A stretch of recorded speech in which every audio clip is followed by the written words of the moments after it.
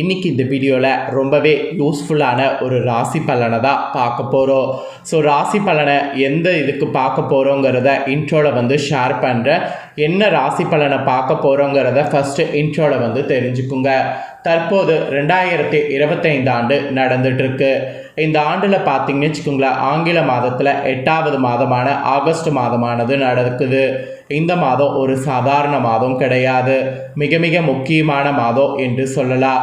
இந்த மாதத்தில் கடைசி 10 நாட்களில் கிரகநிலைகளில் ஏற்படக்கூடிய மாற்றங்களால் ஒவ்வொரு ராசிக்காரங்களுக்கும் தலையெழுத்து மாறும். அப்படி மாறக்கூடிய தலையெழுத்தை அந்தந்த ராசிக்காரங்க தெரிஞ்சு பயனடையணுங்கிறதுனால ஒவ்வொரு ராசிக்காரங்களுக்கும் என்ன தலையெழுத்து மாறும் அப்படிங்கிறத ஷேர் பண்ணிட்டு வரேன். அதில் இன்றைக்கி இந்த வீடியோவில் தனுசு ராசிக்காரங்களுக்கு ஷேர் பண்ண போகிறேன். தனுசு ராசியில் பிறந்த நேயர்கள் இந்த ஒரு வீடியோவை ஸ்கிப் பண்ணாமல் பாருங்கள். உங்களோட ராசிக்கு என்ன மாதிரி தலையெழுத்து மாறும் அப்படிங்கிறத தெரிஞ்சு அதற்கேற்ப நடந்து பலன் பெறுங்க. உங்கள் ராசிக்கு தலையெழுத்து மாறுவதற்கு காரணமே நவக்கிரகங்கள் தான். நவக்கிரகங்கள் எப்பயுமே ஒரே இடத்துல இருக்காது. நவக்கிரகங்கள் மாறிக்கிட்டே இருக்கும். கிரகங்கள் மாற மாற நம்மளுடைய லைஃப்பில் நிறைய மாற்றமும் ஏற்படும். சில நேரம் அதிர்ஷ்டம் இருக்கும், சில நேரம் ஆபத்து வரும், சில நேரம் மகிழ்ச்சி அதிகமாக இருக்கும், சில நேரம் சோகம் வரும், சில நேரம் நம்ம சும்மா இருந்தாலும் வாலண்டரியாக பிரச்சனை வரும். இந்த மாதிரி நமக்கு மாற்றங்கள் கிரகங்களால் ஏற்பட்டுக்கிட்டே இருக்கும். ஸோ நவக்கிரகங்கள் எப்படி இருக்கோ அதை பொறுத்து தான் நமக்கு பலன்கள் கிடைக்கும். அதை தான் ஃபஸ்ட்டு நாம் புரிஞ்சுக்கொள்ளணும். அதை நாம் புரிஞ்சுக்கிட்டு அதற்கேற்ப நாம் செயல்பட்டாவே பல ஆபத்துக்கள் ஏற்படாமல் தப்பிக்கலாம்.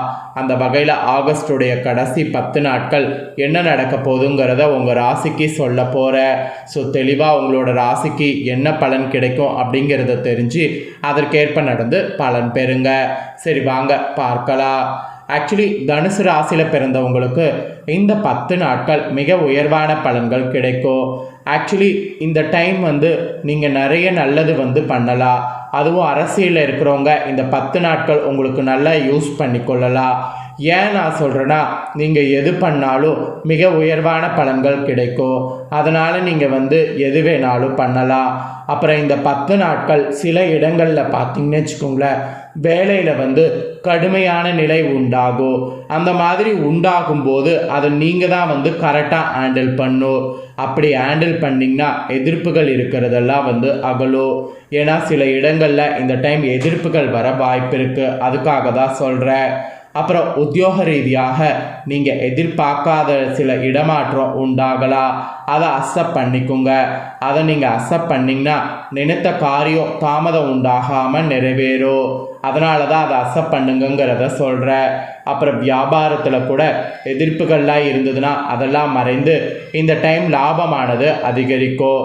புதிய முயற்சிகளில் அக்கறையாக ஈடுபட்டிங்கன்னா அந்த அக்கறைக்கேற்பவே வெற்றியானது கிடைக்கும். குடும்பத்தில் இருந்து வந்த பிரச்சனைகள் நீங்கும். பிள்ளைகளால் மனசாந்தி உண்டாகும். ஸோ உங்களோட ராசியை சேர்ந்தவர்களுக்கு இந்த 10 நாட்கள் மனசாந்தி உண்டாகும் என்பது உறுதியாக சொல்லப்பட்டிருக்கு. ஸோ இதில் அதிகாரப்பூர்வமாக கிரகநிலைகளால் என்னென்ன பலன்கள் கிடைக்குங்கிறத சொல்கிறேன். ஸோ அதிகாரப்பூர்வமாக என்னென்ன பலன்கள் கிரகங்களால் கிடைக்குங்கிறத தெரிஞ்சுக்குங்க. ஃபஸ்ட்டு உத்தியோகத்தில் இருக்கக்கூடிய தனுசு ராசி அன்பர்களுக்கு அலுவலகத்தில் இணுக்கமான சூழ்நிலை நிலையானது இருக்கும். இதில் ஒரு ஸ்பெஷல் விஷயம் என்னென்னா, பதவி மாற்றம், சம்பள அதிகரிப்பு இதெல்லாம் ஏற்படலாம். இது ஏற்படக்கூடிய இந்த 10 நாட்களை உங்களுக்கு நல்லா பயன்படுத்தி கொள்ளுங்க. அப்புறம் வியாபாரம் செய்யக்கூடிய தனுசுக்கு சொல்லப்பட்டிருக்கு. வியாபாரத்தில் இருக்கக்கூடிய தனுசு ராசிக்காரங்களுக்கு புதிய வழித்தடம் அமைத்து அதற்கேற்ப செயல்படணும். அப்போ தான் வியாபாரத்தை பெருக்க முடியும். ஆக்சுவலி வியாபாரத்தை பெருக்க ஏற்ற நேரமாக இந்த நேரம் இருக்குது. அதனால் வியாபாரத்தில் புதிய வழித்தடத்தை அமைச்சு செல்லுங்க. அப்புறம் குடும்பத்தில் எப்படி இருக்குங்கிறத சொல்கிறேன். குடும்பத்தில் உற்சாகமானது உண்டாகும். பிள்ளைகளால் உங்களுக்கு நன்மையானது உண்டாகும். பெரியவர்களுடைய ஆசி கிடைக்கும். நீங்கள் ஏதாவது செய்யணும் அப்படின்னா பெரியவங்க கிட்ட கேட்டு ஆசி பெற்றுட்டு செய்யுங்க. அந்த காரியம் உங்களுக்கு தடையே இல்லாமல் நடக்கும். அப்புறம் பணம் ரீதியாக எப்படி இருக்கணுங்கிறத சொல்கிறேன். குடும்பத்தினுடைய மேன்மைக்காக பணத்தை சேகரிப்பதில் அக்கறையானது செலுத்தணும். ஆக்சுவலி பணத்தை செலவிடுவதை விட சேமிக்கிறதுல அக்கறை செலுத்தணும். அதுதான் இந்த 10 நாட்கள் உங்களுக்கு வேண்டும் என்பது குறிப்பிடப்பட்டிருக்கு. அதுக்கப்புறம் கலைத்துறையை சேர்ந்தவங்களுக்கு சொல்லப்பட்டிருக்கு. கலைத்துறையில் சேர்ந்தவர்களுக்கு எதிர்பார்த்த வாய்ப்பு கிடைத்து பிரமிப்படைவீங்க. ஸோ வாய்ப்பு கிடைக்கும்போது அந்த வாய்ப்பை பயன்படுத்தி முன்னேறணும் என்பது குறிப்பிடப்பட்டிருக்கு. அப்புறம் முதலீடுகள் புதுசாக ஏதாவது பண்ணலாமா அப்படின்னு கேட்டிங்கன்னா, புதிய முதலீடுகளில் மிக நிதானத்தோடு இறங்கணும். எடுத்தோம் கவுத்தோம் அப்படிங்கிற மாதிரி இறங்கக்கூடாது. அப்படி இறங்கினா நமக்கு ஆபத்தை ஏற்படுத்தும். அதனால் புதிய முதலீடுகளில் மட்டும் மிக நிதானத்தோடு இறங்கணும்.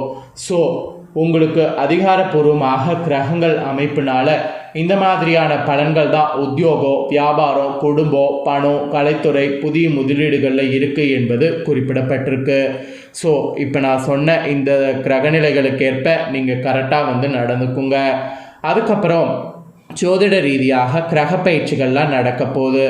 அதனோட அடிப்படையில் இந்த 10 நாட்கள் உங்களுக்கான பலன்கள் என்னங்கிறத சொல்கிறேன், அதையும் தெரிஞ்சுக்குங்க. ஃபஸ்ட்டு சந்திரனுடைய இடப்பயிற்சி. இதுதான் ஃபஸ்ட்டு கிரக பயிற்சி. இந்த பயிற்சினால் ஏற்றிறக்கம் கலந்த பலன்கள் சந்திரன் உங்களுக்கு கொண்டு வர போகிறாரு.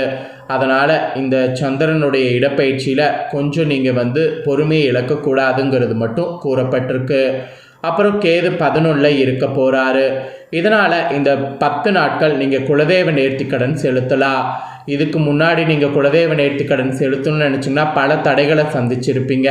ஆனால் இப்போ நீங்கள் செலுத்தலாம். ஏன்னா குலதெய்வ நேர்த்திக்கடன் செலுத்த கேது 11 இருக்கிறாரு, பிரச்சனை இல்லாமல் இருக்கும். அப்புறம் வியாபார விஷயத்தில் அதிக நிதானத்தோடு செயல்பட வேண்டும்.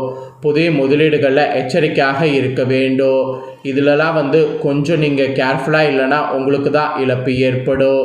ஆக மொத்தம் இந்த 10 நாட்கள் உங்கள் ராசியை சேர்ந்தவர்களுக்கு தொழில், உத்தியோகம், வியாபாரம், குடும்பம் ஆகியவற்றின் எதிர்கால தேவையில் கவனம் செலுத்த வேண்டும். பண விஷயத்தில் மிக நிதானமாக நடந்து கொள்ள வேண்டும். அப்போ தான் நீங்கள் நினச்ச மாதிரி எல்லாமே உங்களுக்கு நடக்கும். அப்புறம் இந்த 10 நாட்களில் உங்களுக்கு அதிர்ஷ்ட நாள் பார்த்திங்கன்னா எதுவும் கிடையாது. அதிர்ஷ்ட எண் பார்த்திங்கன்னா 6, 7. அப்புறம் சந்திராஷ்டமம் பார்த்திங்கன்னா 22ஆம் தேதி. அப்புறம் நீங்கள் வழிபாடு செய்ய வேண்டிய தெய்வம் இந்த 10 நாட்களுக்கு தட்சிணாமூர்த்தி. தினமுமே காலையில் வீட்டு பூஜையில் தீபம் ஏற்றி அவரை வழிபட்டு இப்போ நான் சொல்லக்கூடிய பாடலை 27 முறை பாராயணம் செய்திங்கன்னா ரொம்ப ரொம்ப நல்லது.